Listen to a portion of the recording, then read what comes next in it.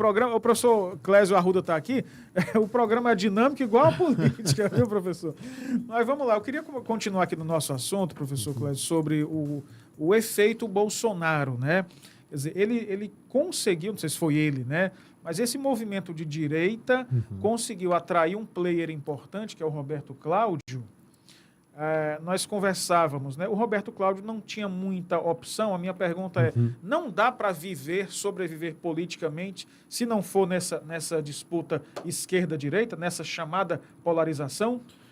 Olha, a gente não deve estar muito longe de a gente retomar um pouco ao leito natural, né? Nenhuma sociedade consegue sobreviver por longo tempo numa tensão, né, onde você tem, né, esse sistema. Na verdade, você não pode nem colocar, né, o Partido dos Trabalhadores numa posição extremista, porque hoje é um partido social-democrata, né? Incentiva a economia, né? Busca geração de emprego.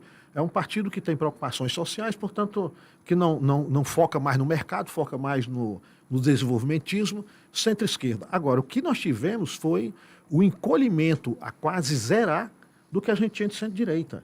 O que sumiu foi isso, que precisa reaparecer, porque tem aí um conjunto enorme de eleitores órfãos dessa tendência política, né? Que vota, né? Aí, ou vota num lado ou vota no outro, porque não tem opção, né? Precisa ser construída uma opção. A gente tem aí, né, alguns nomes que de vez em quando aparecem no cenário. Simone Tebet foi um, né?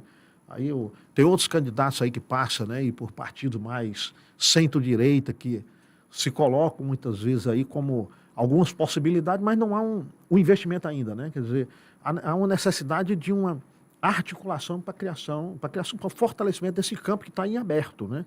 Quer dizer, precisa aparecer esse nome.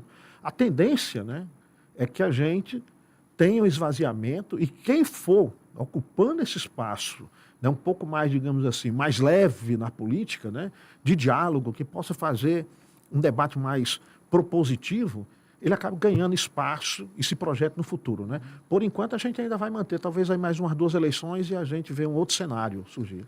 Eu vou falar aqui, tomara, viu? Porque às vezes eu acho muito, muito chato, sabe? Quer dizer, fica assim, professor, se você critica alguma coisa do atual governo, por exemplo, é bolsonarista.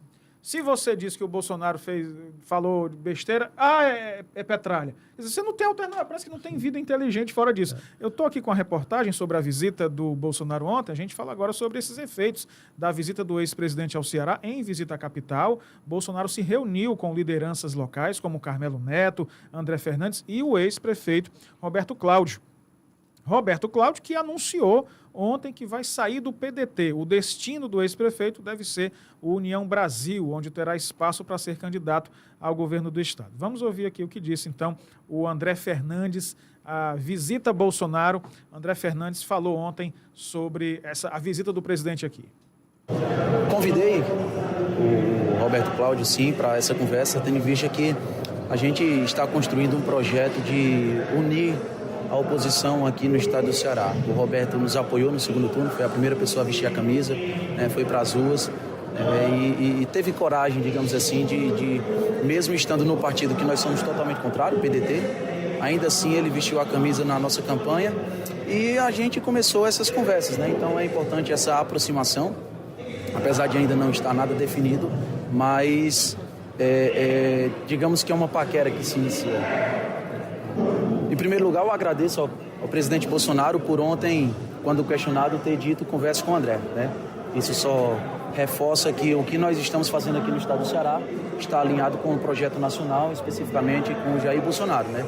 Ontem nós tivemos uma reunião produtiva de todos os mandatários do PL, seja municipal, estadual, federal, com o nosso presidente Jair Bolsonaro.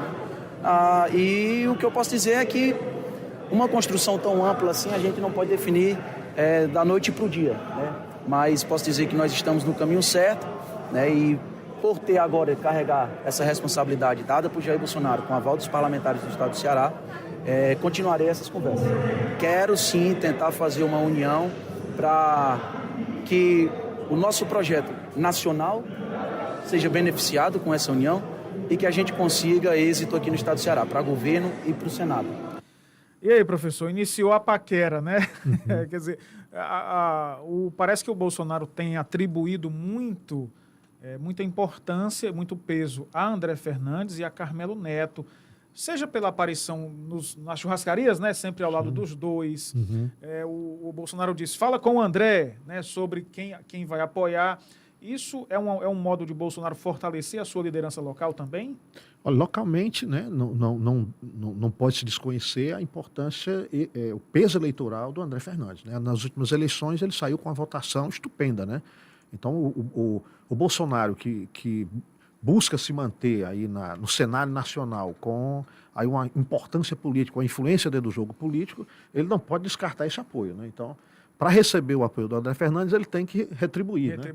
Então, aí em política não se faz nada sem interesse, isso não existe. Né? Então, o interesse de cada um aí se complementa. Né? O André Fernandes ainda se coloca como grande herdeiro do bolsonarismo, né? Teve sucesso na última empreitada, né? Digamos assim, suplantou, né, o capitão Wagner e se colocou como esse herdeiro desse legado. O Bolsonaro precisa, né, até o resultado final do seu julgamento, ele precisa se manter com força, e mesmo depois, né, porque é isso que vai trazer para ele aí, digamos assim, um certo poder de barganha, né, um poder ainda de influência, de mudanças mais à frente, inclusive, né, de redução de pena, de uma saída mais rápida, né, se houver a questão do cárcere, né, ou até mesmo uma forte influência que o leve, inclusive, a não ir para o cárcere, né, continuar ainda, né, com uma certa liberdade aí. Claro que vai ter, né, a condenação vai deixar ele extremamente limitado, mas ele vai continuar lutando para ter, se não uma influência direta, mas uma influência indireta de apoios e tal, e se manter na política, né. Bom, outro nome importante que também tem recebido a bênção do Bolsonaro é o deputado Carmelo Neto, que também mencionou, professor, nós vamos ouvir aqui ele falar, que o Bolsonaro aceitou sem dificuldades se encontrar com Roberto Cláudio. Vamos ouvir. O que a gente tem aqui no Ceará, já há alguns meses, é a construção de uma frente ampla anti-PT. No segundo turno da campanha municipal, a gente teve uma união em torno do candidato do PL, o deputado André à prefeitura, por pouco não venceu, mas ali já houve um primeiro sinal de união desse campo político. Nada mais natural do que esse diálogo permanecer para o futuro, para 2026, para 2028. O Roberto é uma peça importante, representa um grupo político aqui no estado do Ceará relevante. Eu, inclusive, provoquei esse encontro, essa reunião. Falei com o presidente Bolsonaro, ele topou conversar. O presidente Bolsonaro é um cara muito aberto ao diálogo, ele tem escutado muito as lideranças nos estados, então ele topou de pronto. Falei com o Roberto, ele também ficou muito lisonjeado com a oportunidade de conversar com o presidente Bolsonaro, e conversamos ontem cerca de uma hora e meia. Foi uma conversa muito boa, muito leve, inclusive. Naturalmente, a oposição, né, candidaturas oposicionistas, se especula muito, né, de quem vai ser o nome, de quem vai ser os nomes, porque tem candidatura a Senado, governo, vice. Então tem um conjunto de fatores aí que a gente tem dialogado aqui no estado. O Ciro, pelo que tem dito, não é candidato. Então eu acredito mesmo ser uma especulação, às vezes da própria imprensa, às vezes um ou outro ali que comenta e acaba gerando essa especulação. Mas o Ciro já disse várias vezes que não é candidato, então a gente trabalha com o que de fato está posto, né? E por enquanto não está posto o nome do Ciro para pré-candidatura, nem a governo, nem a Senado, enfim, a nenhum cargo, né? Muito menos presidente, que ele também já descartou. Professor, então vamos lá. Essa fala do Carmelo é muito cheia de camadas, né? Quando houve aquele café da manhã na Assembleia Legislativa que o Ciro Gomes foi, e aí na imprensa saiu que o governo estava preocupado e tal, era para isso tudo? E outra, era planejado também? Acredito que sim. Esse efeito de gerar um burburinho em torno do nome do Ciro como candidato ao governo e depois não ser candidato? Olha, o Ciro já se declarou, não é de hoje, né, que ele está fora. Acredito que para ele, né, aí é muito mais uma estratégia, né, porque aí pensando no sentido da liderança carismática, né, o líder carismático ele não consegue se manter se tiver seguidas derrotas, né, então uma derrota atrás de outra pode levar aí digamos assim, a um final extremamente triste, né? E aí ele melancólico. Então ele não se arriscaria, né? Então a decisão é pragmática, né? Por outro lado, né? É um peso político no debate, né? É um nome forte, né? O debate com Ciro Gomes é sempre um debate difícil de ser feito, né? Então se manter na política dessa forma, aí podemos dar como certo, né? Então né, quer dizer, o movimento anterior já era um movimento que visava isso. Inclusive o próprio irmão já tinha dado, o Cid já tinha dado uma entrevista também que já denunciava que tudo isso já era dado como certo, né? O Cid já inclusive se dizendo que estava fora dessa articulação. Ele né? falou que seria extremamente constrangedor ter que dizer não ao irmão aqui no Estado, né? Agora, professor, vamos pensar um pouco na outra disputa importante ano que vem, vai ser para o Senado, né? A gente sempre tem falado aqui que o Senado vai ter uma corrida importante, primeiro para quem vai ser candidato, são 2 vagas. Sim. E aí, no campo da direita, provavelmente Alcides Fernandes, com a bênção de Ciro Gomes, quem diria, né? E outro nome qual seja. E aí, no campo da esquerda, temos o PT para definir quem vai ser o candidato, Luiziane ou Guimarães. O senhor vai falar sobre essa disputa interna. E a outra vaga, temos aí Cid Gomes, se for concorrer ou não, Eunício Oliveira. Como é que fica isso, professor? Começando pela disputa interna no PT. Me permita só voltar um pouquinho atrás, sim. né? A fala do Carmelo, ela precisa considerar só o seguinte, né? Quando você amplia as suas articulações, quando você amplia a participação no debate político, você desconcentra. Né? Então, o que a gente tinha ainda era uma concentração muito grande de poder no André Fernandes e no Carmelo. Né? Agora a gente tem novos chegando, né? E esses novos chegando vão disputar esse poder. A gente precisa também, né, ir avaliando como é que essa distensão ela vai acontecer, porque esse poder vai se desconcentrar. Né?